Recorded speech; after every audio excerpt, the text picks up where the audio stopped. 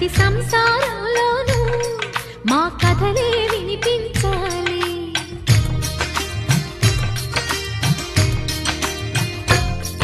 ఆ సిరిని శ్రీహరిని మా జతలో చూపించాలి.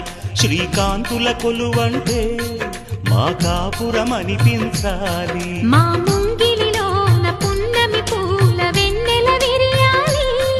మా చక్కని జంట చుక్కల తోట పరిపాలించాలి.